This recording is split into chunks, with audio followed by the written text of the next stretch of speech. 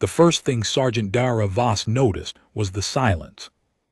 Not the comfortable silence of deep space, where engines hum low and recycled air whispers through vents, and you can almost convince yourself the universe is manageable.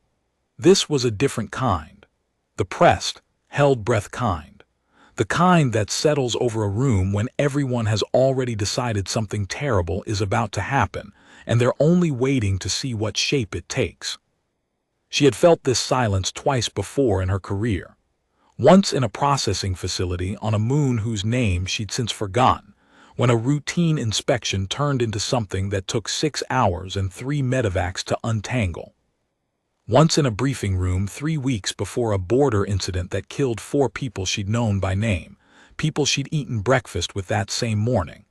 The silence never announced itself the way danger was supposed to.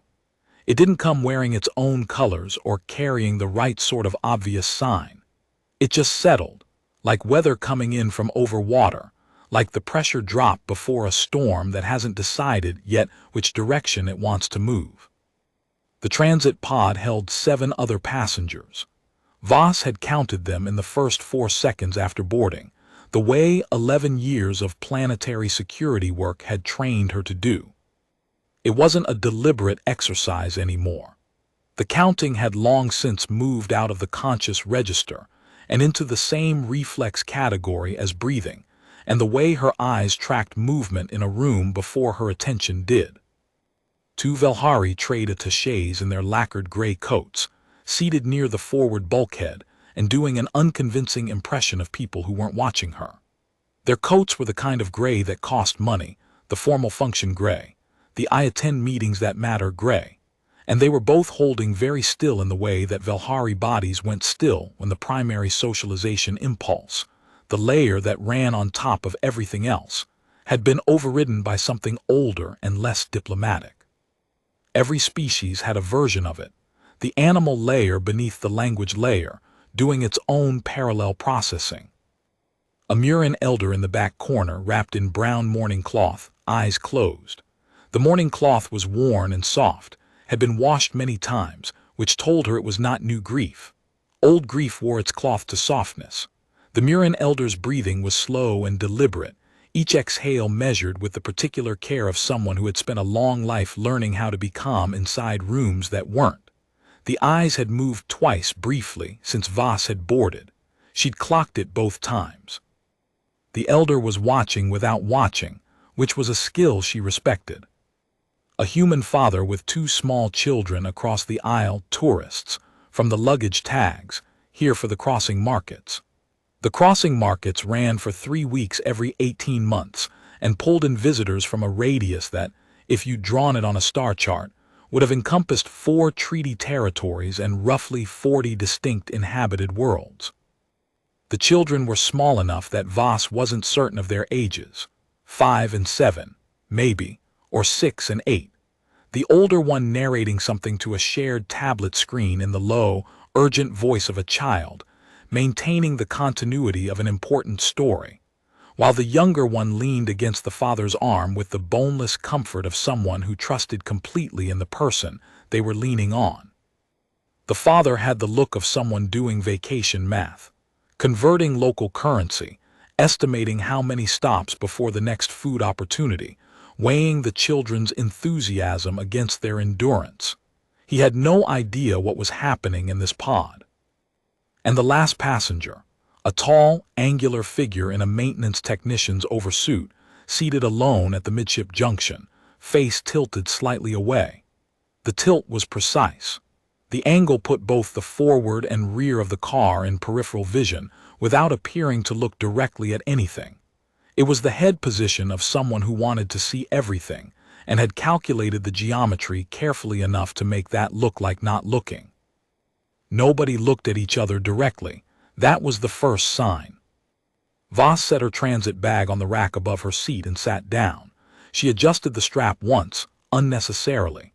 The motion gave her an excuse to look at the overhead display panel above the midship junction without looking at the figure beneath it. The display showed standard transit information, current depth next station, estimated time to arrival. All normal. The display had no reason to know what Voss was beginning to think she knew. The pod sealed with a low pneumatic sigh and began its descent into the deep transit shafts beneath the city of Velkur. The Jewel City, the intersection point, the place where 17 species had come together for 140 years to trade and negotiate, and very occasionally decide the fate of inhabited star systems. She'd been assigned here 8 months ago on exchange detail from the Terran Defense Compact. The exchange program had been running for 6 years, placing human liaisons in Velhari administrative and security contexts as part of a treaty framework that was, in the civilized assessment of 3 different analysis offices, either a genuine step toward cross-species integration or an elaborate form of mutual surveillance dressed up in diplomatic language. Possibly both. Most things were. In 8 months she had learned enough about the Velhari to know that when their posture went perfectly, artificially still, not the natural stillness of rest or contemplation, but the performed stillness of a species that had evolved over thousands of years to use physical expression as social communication, every gesture intentional, every held motion carrying meaning. It meant they were frightened of something they did not want to be seen being frightened of. The Velhari managed fear with control. Humans, in her experience, tended to manage it with noise. She wasn't sure which approach was more efficient. She'd found her own version somewhere in the middle, which was to count. The transit shaft swallowed them. The city vanished above. Bioscans swept the pod automatically as they descended, a green ripple across every surface, faint and businesslike, the kind of security measure that was more courtesy than protection at this point in the boarding protocol, running on the assumption that anything genuinely dangerous had already been caught at the platform-level scan. The assumption was reasonable. It had been right in this network for 140 years of uninterrupted operation. Then the lights shifted from the warm amber of the surface terminals to the cooler blue of the deep transit network. Voss had learned in her first weeks here that the deep transit used different light to signal its systems that the pod was below ground. Not for the passengers, for the automated maintenance alerts. Everything in Velkur had a reason, even things that looked decorative. That was one of the things she'd come to appreciate about the Velhari approach to infrastructure. Nothing was arbitrary. Every choice was documented somewhere. Every choice meant something. She watched the maintenance technician in her peripheral vision. The figure hadn't moved, hadn't shifted weight, hadn't turned ahead, hadn't done any of the dozen unconscious adjustments that beings of any species made when they were simply sitting and waiting for their stop. Every sentient creature Voss had worked around, human, Velhari, Murin, the 3 species she'd encountered briefly in transit terminals without ever formally cataloging. All of them performed the small, involuntary theater of existing in a space. A restless hand finding the edge of a pocket, a slow roll of the neck, the almost imperceptible movement of eyes tracking something interesting before the conscious brain decided it wasn't interesting enough, blinking in rhythms that reflected internal states, the ambient noise of being alive in a body with preferences and impulses. This figure was performing stillness the way an actor performed calm, completely, with deliberate fullness, without the underlayer of actual calm beneath it. The performance was very good, but a performance was still a performance. That was the second sign. She thought about the briefing she'd attended 6 days ago, missing transit workers. 43 of them, across 4 species, in 9 weeks, all in the deep network. All on the lower transit loops where the bioscans ran on an older protocol that hadn't been updated against current interference techniques. A gap that the network's maintenance committee had flagged twice in the last 3 years, and tabled both times because the funding allocation required cross-agency sign-off, and cross-agency sign-off required a crisis to move faster than a committee. The Velhari Transit Authority had classified the pattern as a maintenance anomaly. The Compact's intelligence office had classified it as a potential hostile surveillance operation, flagged for liaison awareness, not for action. She was an exchange liaison. Her job was to attend diplomatic functions, translate cultural friction between human expectations and Velhari protocol, and make humanity look like a species worth talking to. That was the literal language of her assignment brief, a species worth talking to. She looked at the maintenance technician again. The oversuit was wrong. Transit maintenance in Velker used single-color tags to indicate function and access level. Yellow for shaft work, red for electrical systems, blue for environmental monitoring. Single color, every time, no exceptions. It was part of the network's visual management system, how you knew at a glance whether someone in a shaft had the right authorization for what they were doing. This figure's suit had a blue tag patched over a yellow backing. The patch job was clean. Professional, even. It was the kind of alteration you only noticed if you'd spent 8 months cataloging 1,000 small details about how this city actually ran, or if you'd specifically sat down with a transit systems engineer and asked what to look for when something wasn't right. Third sign. The pod continued its descent. The deep shaft walls were visible through the windows, smooth composite material in the network standard light blue, the occasional maintenance access point marked with phosphorescent orange numbers. She had memorized most of those numbers. She had spent an afternoon doing it, 3 months ago, with no particular reason except the feeling she sometimes got that a piece of information was going to be useful before she could say why. She'd been right about that feeling more often than she'd been wrong, which was why she still followed it. The children across the aisle, the older one had moved to a new section of the story. Something about a fortress. The princess who could fly had a fortress, apparently, with specific architectural features that the narrating child had clearly thought about at length. The younger child had drifted partially back into sleep, eyes opening and closing with the imperfect rhythm of someone too tired to stay awake, but too interested in the story to fully let go. Voss turned her wrist slightly and pressed 2 fingers against the inside of her left forearm, where the emergency relay was embedded beneath the skin. All compact exchange liaisons carried them, standard equipment, same as the linguistic interface module in her inner ear and the atmospheric filtration supplement in her third coat pocket. The relay was a direct channel to the compact's local operations center, staffed around the clock by people whose entire job was to answer when the relay opened and send the appropriate response within 30 seconds. One press to open the channel. Nothing happened. Not the nothing of a failed press. She had felt the relay engage, the familiar micro-vibration against the bone. The nothing of a channel that had opened and immediately hit interference. She pressed twice, felt the relay buzz, and then felt it buzz again in the wrong pattern, the static burst pattern that meant someone was running interference on the low-frequency comms band. She held that information in her head for a moment and didn't move her face.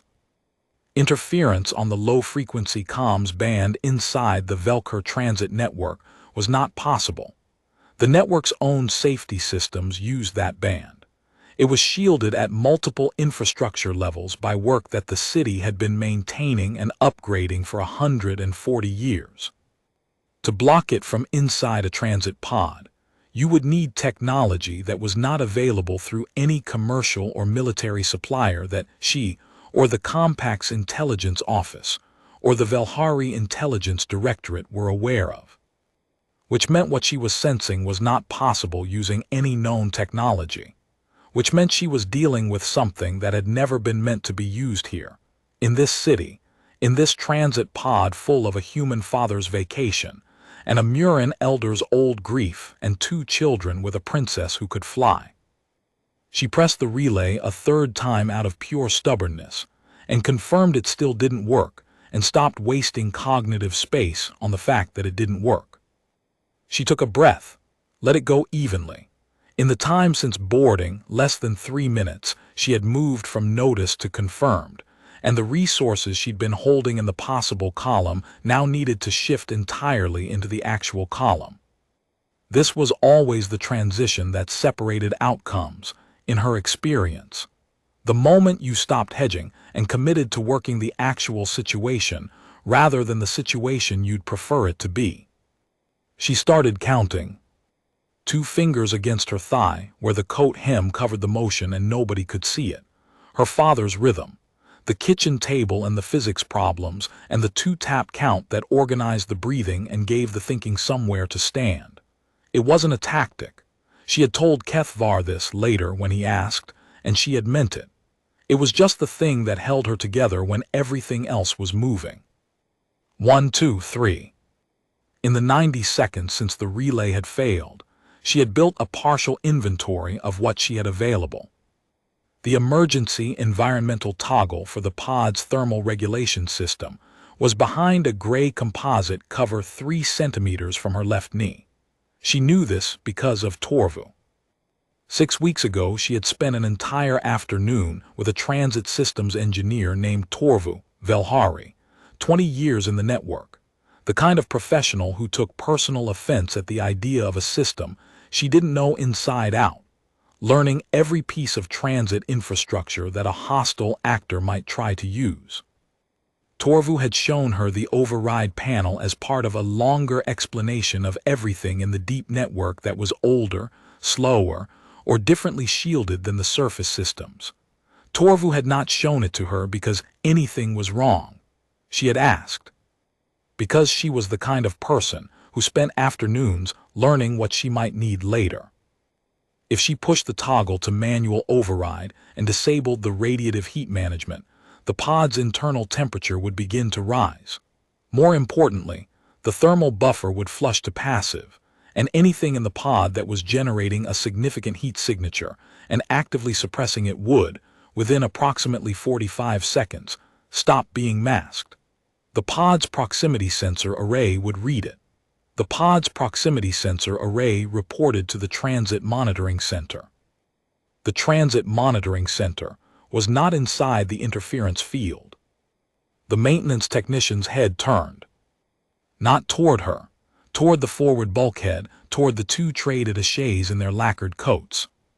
The turn was smooth and unhurried and absolutely certain, in the way that meant the figure had been tracking the entire car all along, and had simply decided there was no longer any reason to maintain the performance of not doing so. It was the movement of something that had patience and was now deciding to spend it. Voss had one advantage left. She was the only person in this pod who had not yet given away that she knew what was happening. She kept her face pleasant and slightly bored. She had spent 8 months cultivating this expression, the slightly glazed attention of someone who has been to one too many diplomatic receptions and is working through their mental grocery list. She looked out the window at the rushing dark of the transit shaft, at the phosphorescent numbers on the maintenance access points. She thought about the father and the 2 children, about the Murin elder, about the 43 people who had been in the deep transit network when something had decided to start treating the signs as an invitation. The figure rose.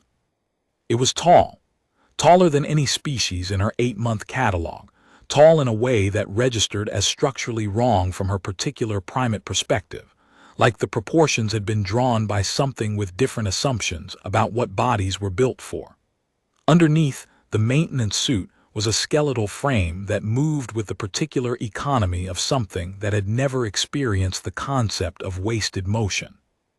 Every movement arrived exactly where it needed to be, with exactly as much force as it needed, and stopped. Then it did something that Voss spent the next 4 months trying to properly describe in her report. It stopped broadcasting. That was the only language she had for it. Every sentient creature in any environment emits a kind of ambient signal, not electronic, not biological in any measurable sense, just the gathered impression of presence and intention and aliveness, the thing the subconscious reads a half-second before the conscious brain does. She had felt it in every living thing she'd ever been in a room with, even asleep animals, even sedated patients, even people she disliked. The sense of another thing being alive in the same space. When this figure stood, it withdrew that signal entirely, like a screen going dark, like a station broadcasting static, like standing next to a door and finding nothing on the other side. 3 of the 7 passengers made sounds of distress, involuntary, preconscious, the body registering something before the mind caught up. The children looked up from the tablet, both of them. The Murin elder opened his eyes. Voss was still counting. Her fingers tapped their quiet rhythm against the inside of her thigh. She had now built the full inventory of options, had evaluated each one, had assigned probabilities, and had decided. She slid her left hand 3 centimeters to the composite cover, felt the retention tabs under her thumbnail, and popped them in a single quiet motion. She pressed the toggle. The environmental display above the rear door changed from green to amber, a maintenance flag.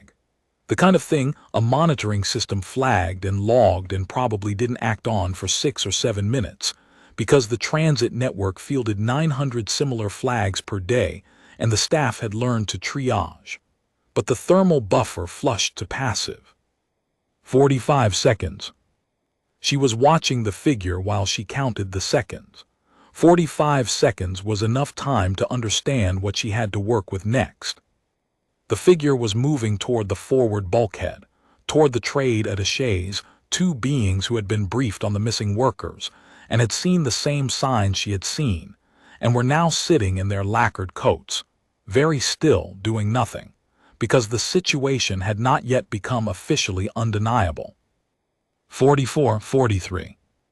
The children.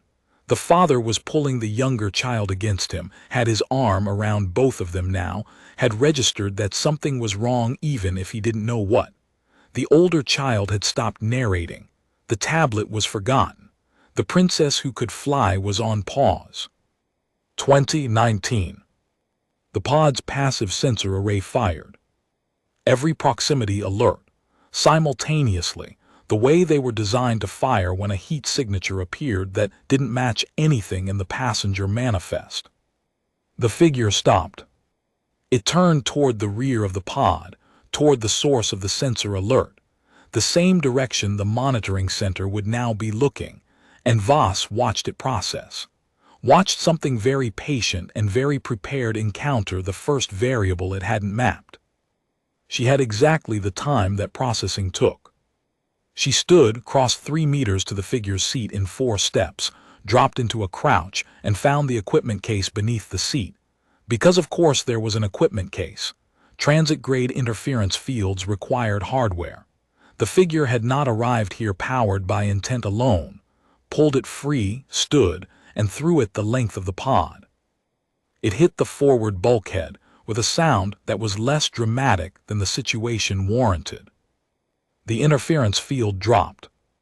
She pressed 2 fingers into her forearm before the case finished sliding across the floor. This is Voss, Pod 47 on the deep transit lower loop. I have a hostile unclassified entity and I need a hard stop at the lower junction. Now, authorization Gamma Voss 91. Half a second of silence.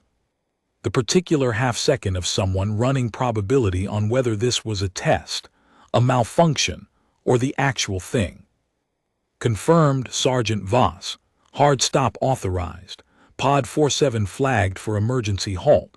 ETA to junction diversion 6 minutes. The figure moved. Not toward Voss, toward the children. She had thought about this possibility, had filed it alongside the other possibilities in the 90 seconds she'd had to think, and had decided, in the same way she decided everything systematically, with the options preloaded before the moment arrived. She had no weapon. She had an emergency relay, now active. She had a transit pod 6 minutes from the lower junction. She had 11 years of options she'd loaded in advance for situations exactly like this one, and for the dozens of situations that had been nothing like this one, but had still required those options. She stepped in front of it. The figure was a head taller than her, and it was close enough now that she could feel the particular wrongness of its presence, the absent broadcast, the negative space where a living thing's ambient signal should have been. Up close, the maintenance suit was almost insulting in how little it concealed. The frame. The economy of motion. The fact that it had no identifiable eyes, but she was completely certain it was tracking her with a precision she couldn't match. She said, in the clearest Velhari she could manage, "The network knows where this pod is. 6 minutes to hard stop. Whatever you came here to do is already done." "Nothing," she said in Galactic Common, because she didn't know what it spoke, and Common was the closest thing this network had to a shared linguistic baseline. "I'm asking you to sit back down." The nothing of something processing, evaluating, recalculating the remaining variables. "I'm not asking you to surrender," she said. Her voice was even. She was grateful for the counting still going, somewhere in her chest below the words. "I'm asking you to sit down and ride this out to the junction and let the children get off this pod."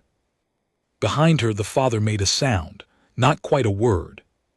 The older child had gone very quiet in the particular way of children, who understand that something important is happening even when they can't parse the specifics. The figure sat down. It moved back to its original seat with the same economy it had used for every other motion, and settled into precisely the same posture it had held for the entire descent, and performed its particular brand of stillness. And Voss stood in the center aisle with 6 minutes left in the descent and her heart doing something she categorized as adrenaline response, and did not examine further. She stood there for 6 minutes. She counted the whole way. The Murin elder in the back corner watched her with open eyes and an expression she didn't try to read.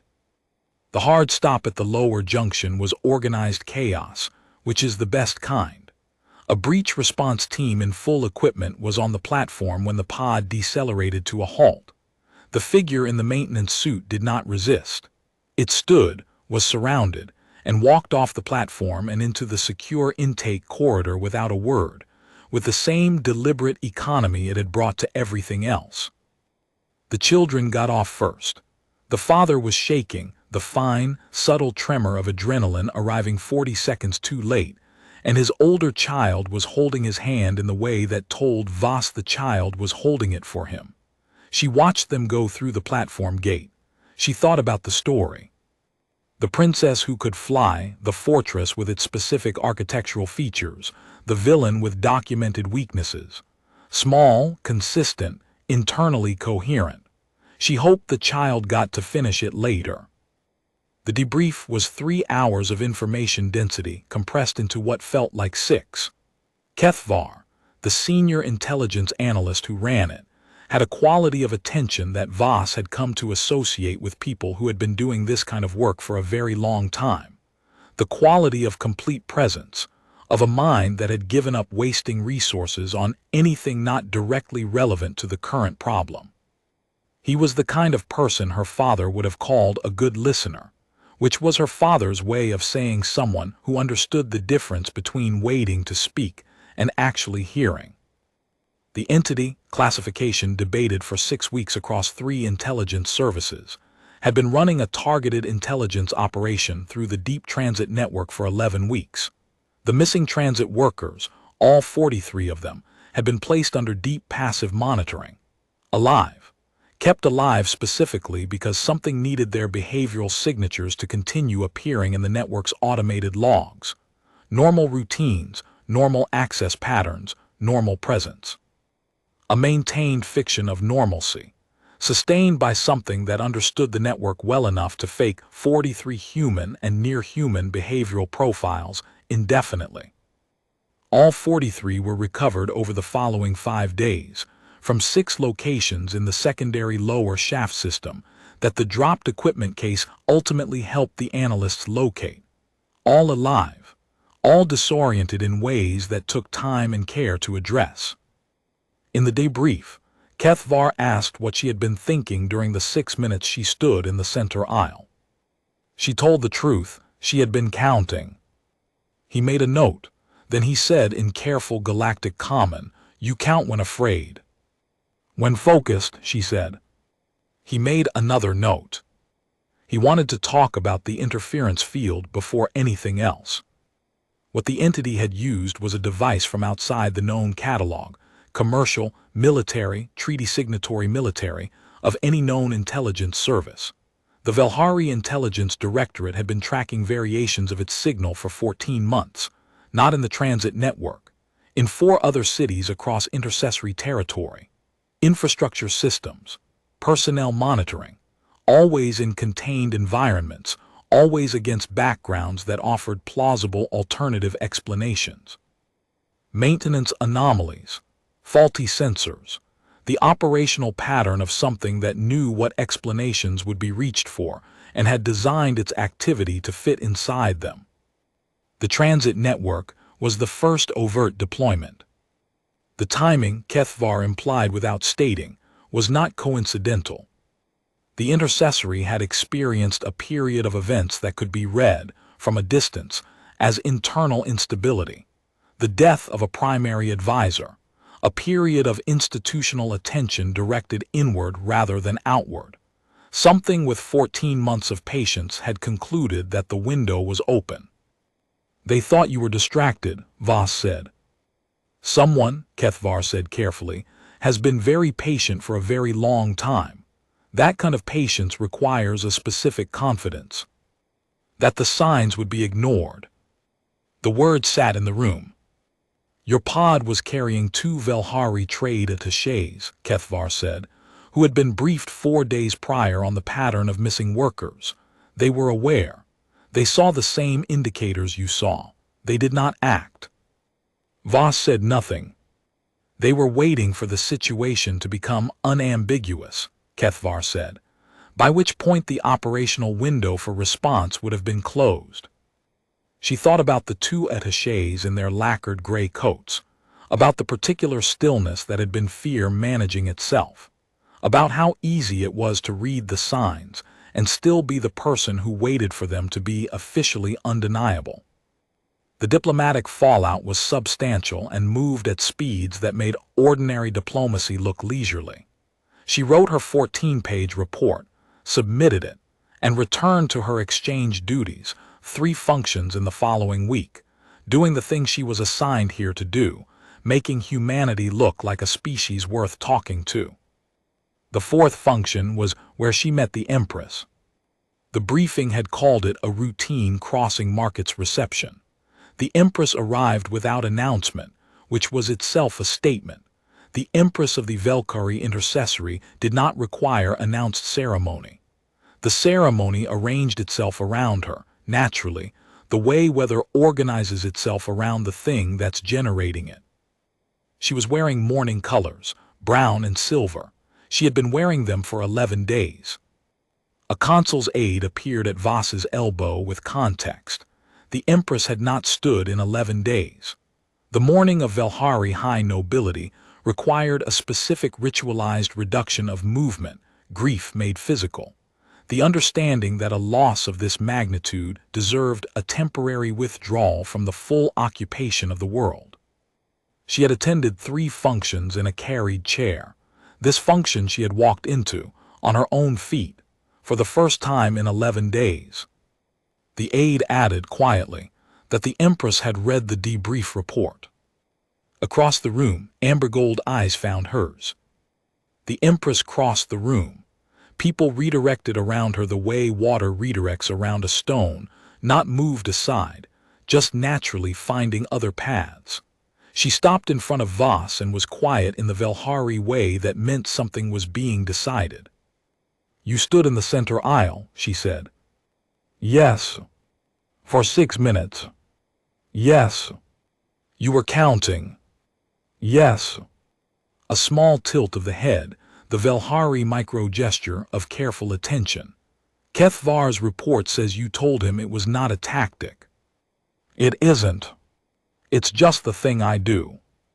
The thing your father taught you." "Yes." "My advisor's name was Velanth Kaur," the Empress said. "She served for 42 years.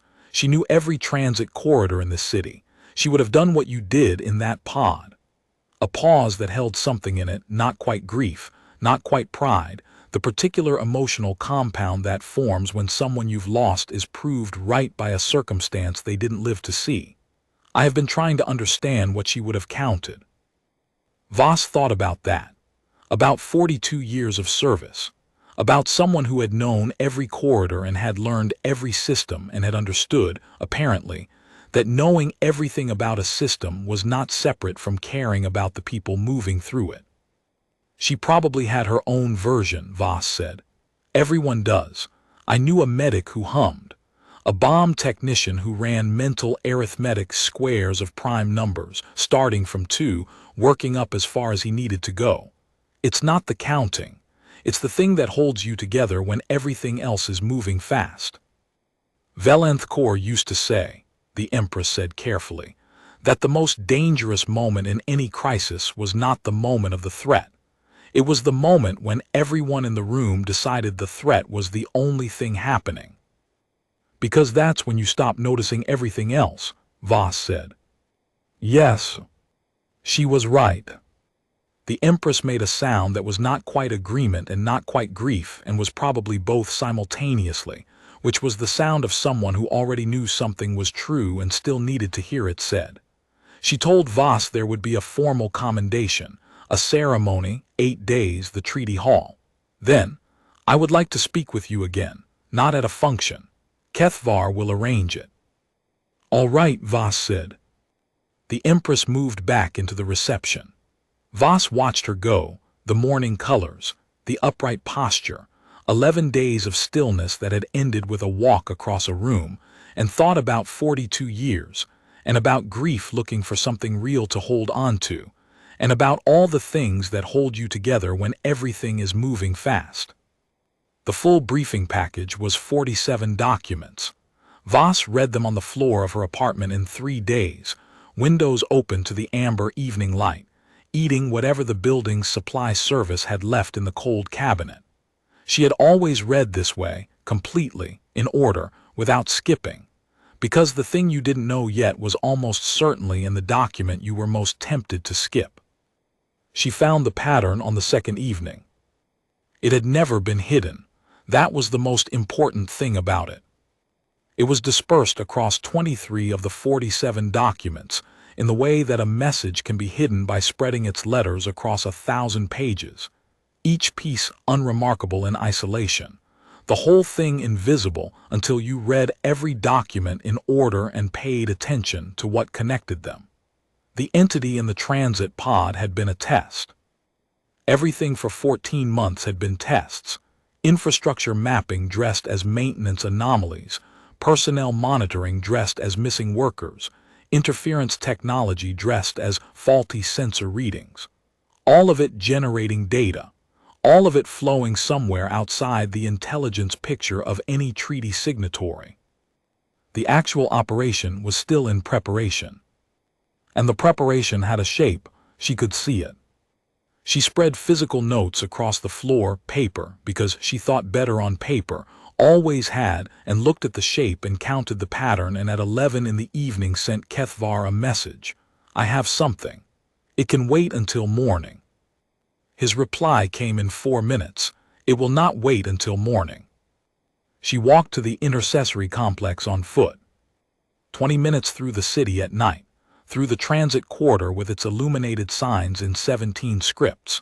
She had learned to read 6 of them, could parse another 4 at a basic level, and the remaining 7 were still beautiful to her in the way that language is always beautiful when you can feel the meaning in it without quite being able to hold it.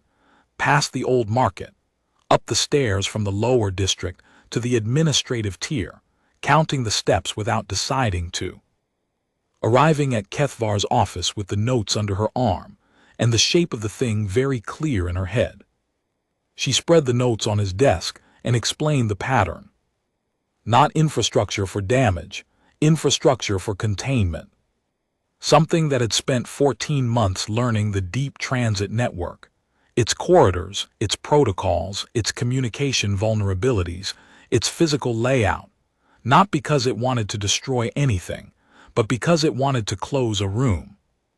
The joint intelligence session, Kethvar said, 11 representatives. Yes. The Empress is one of the 11. I know. What do you need? She told him. Full transit network schematics, 6 weeks of access, Torvu, and a seat in the security planning briefing before the transit routes were finalized. Kethvar made his note and picked up his authorization chip.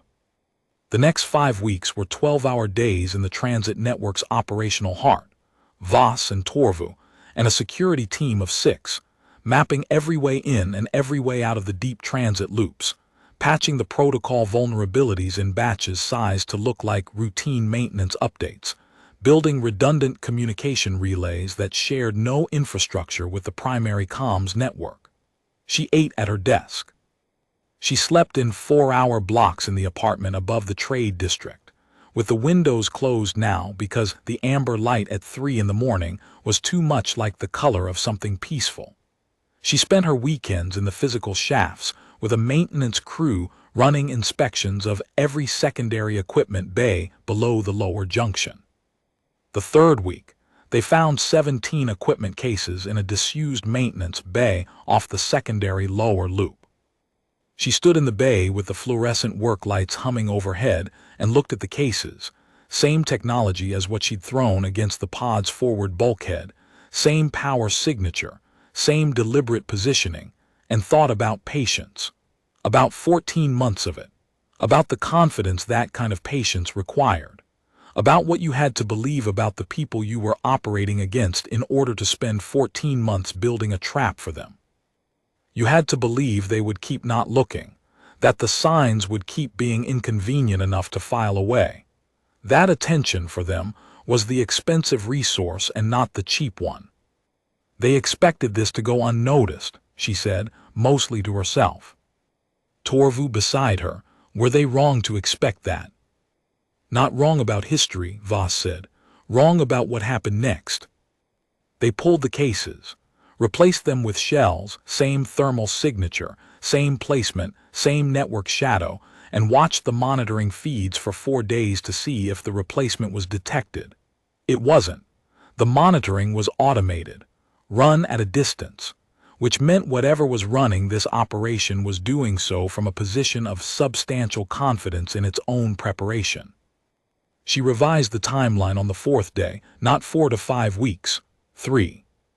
The joint intelligence session was scheduled for week 4.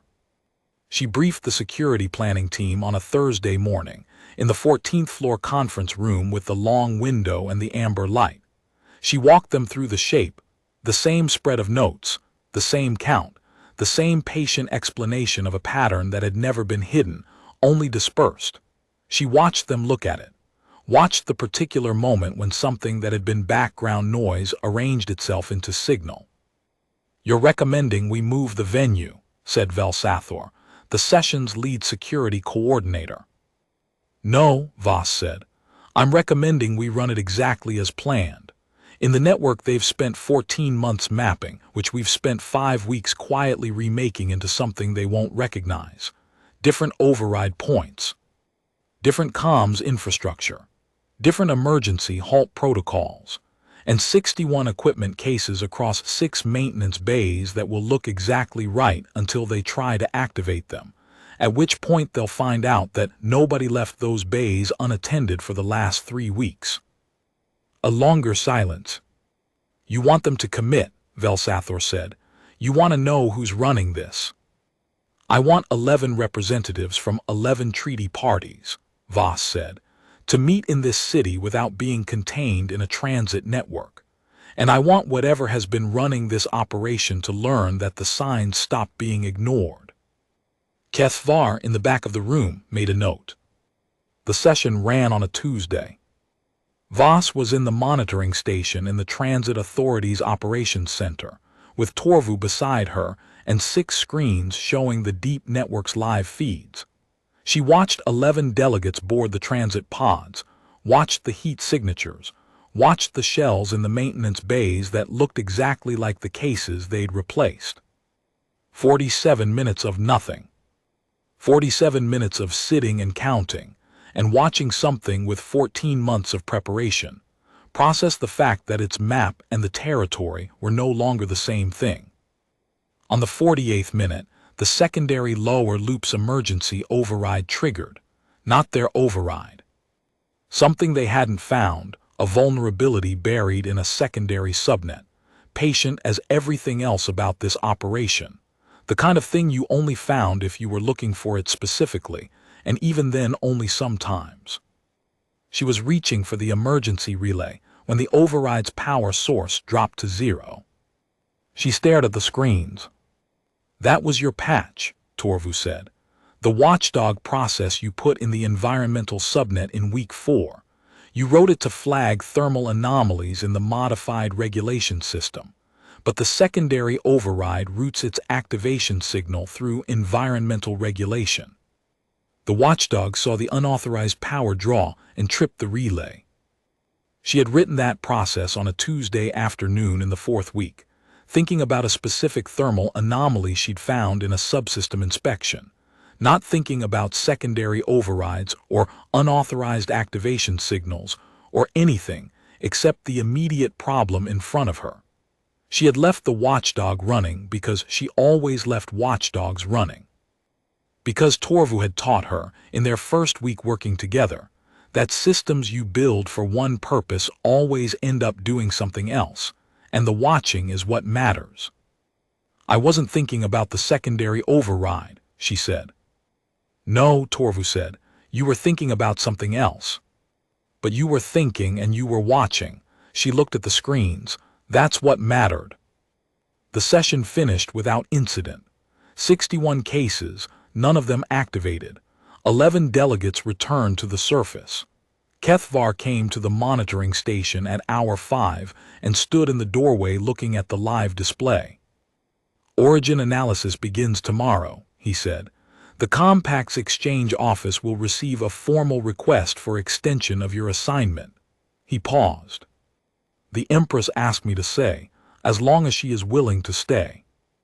Voss looked at the screens, the amber and blue of the network's live display, the deep shaft diagram that had become as familiar to her as the floor plan of the apartment she'd grown up in, the clean lines of a system that had been quietly remade into something its mappers would no longer recognize. "Tell the Empress I'll stay," she said. "For now, I have a secondary subnet to finish patching." Torvu handed her a coffee without being asked. She took it and held it and let the warmth settle through her hands.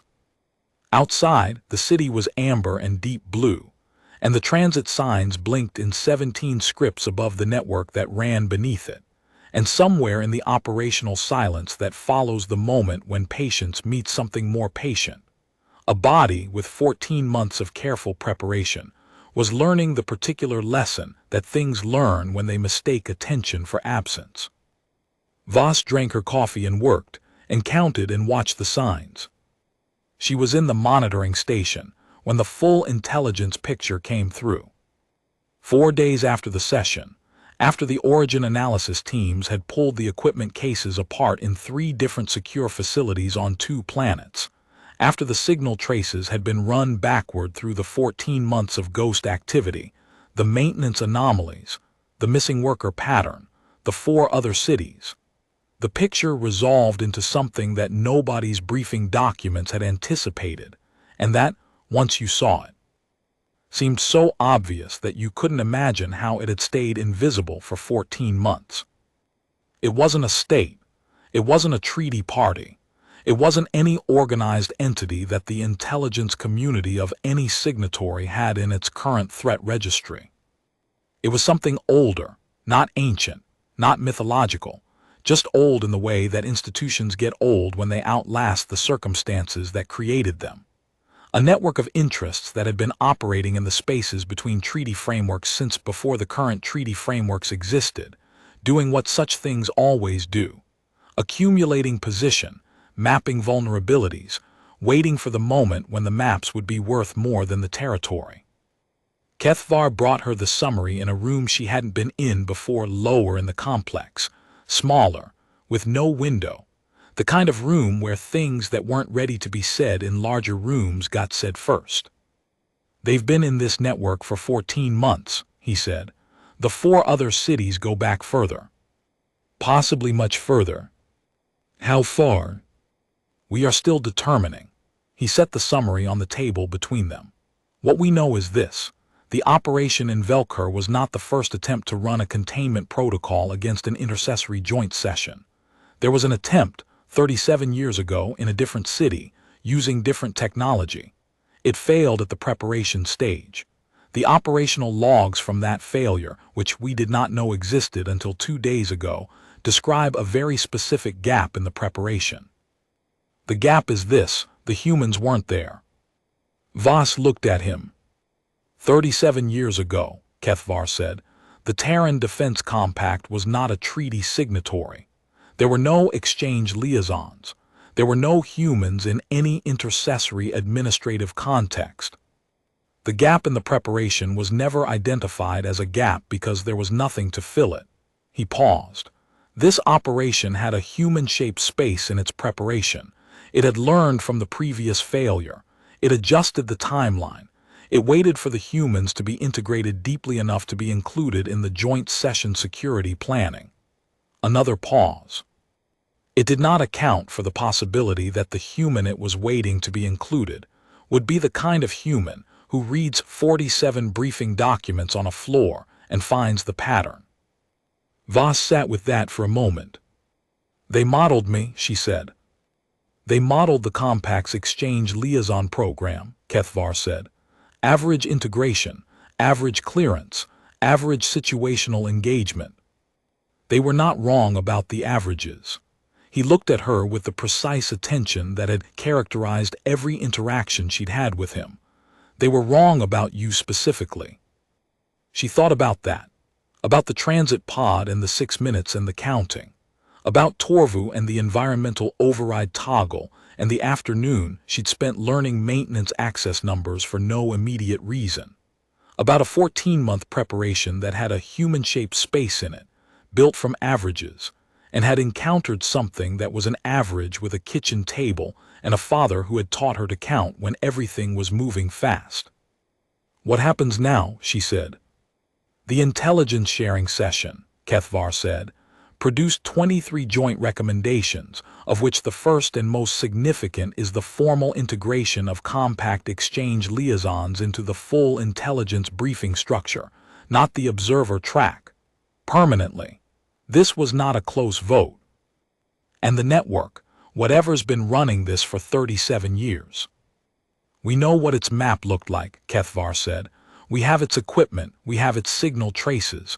We know which vulnerabilities it was exploiting. We know where it was patient. He made his note. It will find us less hospitable when it looks again, and it will look again. Things like this always look again. Because patience doesn't run out, Voss said. It just recalibrates. Yes. She thought about the signs, about the things that got ignored not because they were invisible but because they were inconvenient, because acting on them required spending resources before the situation was officially undeniable, and that was always the harder ask. You couldn't legislate attention. You couldn't mandate the willingness to look at things that were dispersed rather than concentrated, subtle rather than obvious, present in the gaps rather than in the headlines. You could only put people in the places where the looking happened and hope that some of them were the kind of people who spent their afternoons memorizing maintenance access numbers, and their evenings reading all 47 documents in order. Kethvar, she said. He waited. Velenth Kaur, she said. What was she like? He was quiet for a moment, and in his silence she saw the thing that grief does to people who have spent a long time being very professional about being inside difficult situations. The slight softening of the face before the professional composure reasserts itself, the half-second when something true is visible. She was thorough, he said. She was the kind of person who found the pattern. She would have found what you found. A pause. The Empress knows this. I think that is partly why she walked into the function. Voss thought about Velenth Kaur, whom she had never met and would never meet, who had served 42 years and known every corridor in this city, and would have stood in the center aisle. She thought about the things that get passed from person to person, not genes, not training exactly, but something more like method, the way a particular approach to the world propagates through the people it touches. Her father's two-tap count. Torvu's watchdog processes. Velenth Kor's 42 years of knowing every corridor and caring why each one was built. Thank you, she said, for telling me. Kethvar inclined his head in the formal acknowledgement gesture. Then, because he was not entirely a professional and was also a person who had worked with Velenth Kor for 26 years, he said, "She would have found your counting very interesting." The first conversation with the Empress happened a week after the joint session. Not at the intercessory complex and not at a diplomatic function. The Empress had a private meeting room in a building Voss hadn't known existed, in the part of the city that predated the treaty period, where the architecture was older and the scale was different, built for the city as it had been before it became the Jewel City, before it became the intersection point. The proportions of the older buildings were more intimate, more like somewhere people actually lived. The Empress was already there when Voss arrived, standing at the window that looked down into a small courtyard where something was growing against the wall. Voss didn't know the plant, but it was green and persistent, finding its way up the composite material with the specific stubbornness of living things that have decided a particular wall is theirs. "You're not wearing the mourning cloth," Voss said. It wasn't what she'd planned to say, it was just what she noticed. The Empress turned from the window. "No, 11 days is the formal period. Velenth Kor herself set that standard. She said grief needed a boundary or it became a project. Something that was not quite a smile but was adjacent to one. She was always very practical." Voss sat down in the chair nearest the window.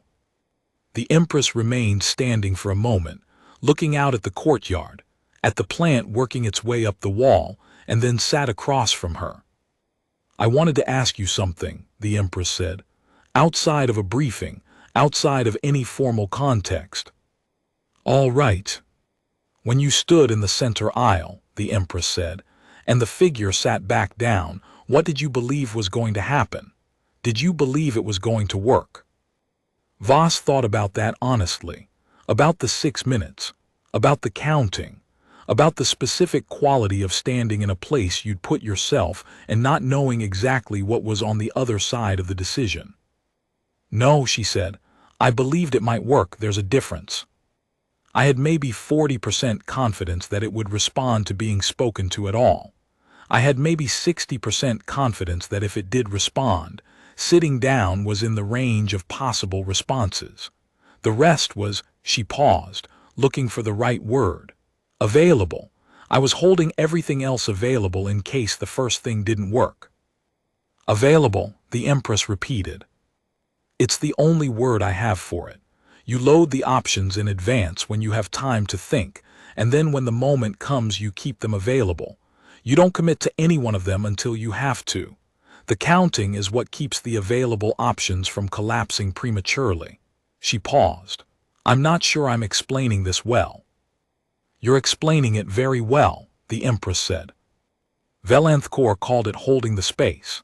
She said the most important skill she had ever developed was the ability to hold space between the options, to not let any one option become the inevitable one, until the information made it inevitable. She said most beings collapsed the space too early, and then were surprised when the situation asked for something they'd already discarded. Voss felt something settle in her chest that she hadn't known was unsettled. "She learned it," the Empress said. "Over 42 years she learned it. The first years she was another almost smile. She was less patient. She made confident decisions and some of them were wrong in ways that cost things. She learned from them. By the end she was the person who could stand in the center aisle." The Empress looked at the courtyard, at the plant on the wall. "I have been trying to learn it myself. She kept telling me I already had it. I kept telling her I wasn't sure." "You walked into the function," Voss said, "after 11 days. "Yes." "That was holding the space." The Empress was quiet for a moment. "Perhaps," she said finally, "or perhaps it was simply that I had read the report and there was something in it I needed to move toward." She looked at Voss directly, the amber gold eyes with their particular searching quality. You are not very like what I expected a compact liaison to be. I've been told that before, Voss said, usually not as a compliment. It is a compliment, the Empress said. The intercessory has worked with the compact for 6 years, and in 6 years we have received in this context exactly the kind of liaison we expected. Competent, diplomatic, appropriately present.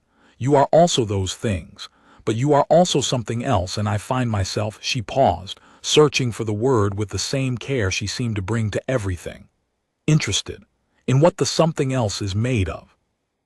Voss thought about her father at the kitchen table, about the afternoon with Torvu, and the 23 intelligence briefing documents she'd read and then reread, and the floor of her apartment with the notes spread across it, and the amber light coming through the windows. About 11 years of loading options in advance for situations that mostly never came, until the one that did. Attention, she said finally. I think it's made of attention, the willingness to pay it before you know it's going to matter. The Empress looked at her for a moment that went slightly past the formal length. Yes, she said, that's what Valencourt called it too. Outside, through the window, the plan on the wall had reached a new handhold while they'd been talking and was working its way incrementally upward, finding purchase in the composite material with the particular patience of something that had decided this wall was worth the effort and was going to keep deciding that until it reached the top. Voss stayed. Not forever. She wasn't that kind of story, and this wasn't that kind of city. But she stayed through the origin analysis, and through the 17 follow-on briefings, and through the formal commendation ceremony at the Treaty Hall, where she stood in front of 11 representatives and a room full of Velhari officials, and received the formal acknowledgement with a steady face and thought about the kitchen table. She stayed through the protocol gap that took 4 months to patch, and through the secondary investigation into the 4 other cities, and through the documentation process that Kethvar ran with the particular thoroughness of someone who understood that what they were documenting was the reason preparation mattered. She stayed through 2 more crossing market cycles, and through the integration of 3 additional compact liaisons into the full intelligence structure, which she helped design, and for which Kethvar gave her more credit than she thought was warranted, and which the Empress formally acknowledged in language that was, for the Velhari high nobility, approximately equivalent to a standing ovation. She stayed until the thing she was staying for was done, which is the only criterion she'd ever known how to use for that particular question. On the morning she left, Torvu met her at the transit terminal and handed her a small device, a personal watchdog process, written in the network's own language, formatted to run on any transit system that used the standard protocol. For when you find a subnet that needs watching, Torvu said, with a particular Velhari inflection that meant I'm not going to say anything emotional about this, but I want you to know that I could. Kethvar sent a note that arrived on her relay as the pod descended into whatever transit network came next. It said, in Galactic Common, the signs are easier to see when someone has taught you how to look. Valencourt said this. I thought you should know she said it. Voss read the note and felt the warmth of it settle through her in the way that true things settle, not dramatically, not with fanfare, just cleanly, into the place where it belonged. She tucked it into the file she kept of things that had turned out to matter more than she'd initially classified them. Outside the pod's windows, the transit shaft slid past in its familiar blue, the phosphorescent numbers marking the access points, each one documented somewhere, each one meaning something to someone who had learned to pay attention before they knew it was going to matter. She counted the numbers as they passed. 1, 2, 3. The counting organized the breathing organized the thinking, and the thinking, quiet and continuous as a watchdog process running in an environmental subnet, kept watch. It always kept watch.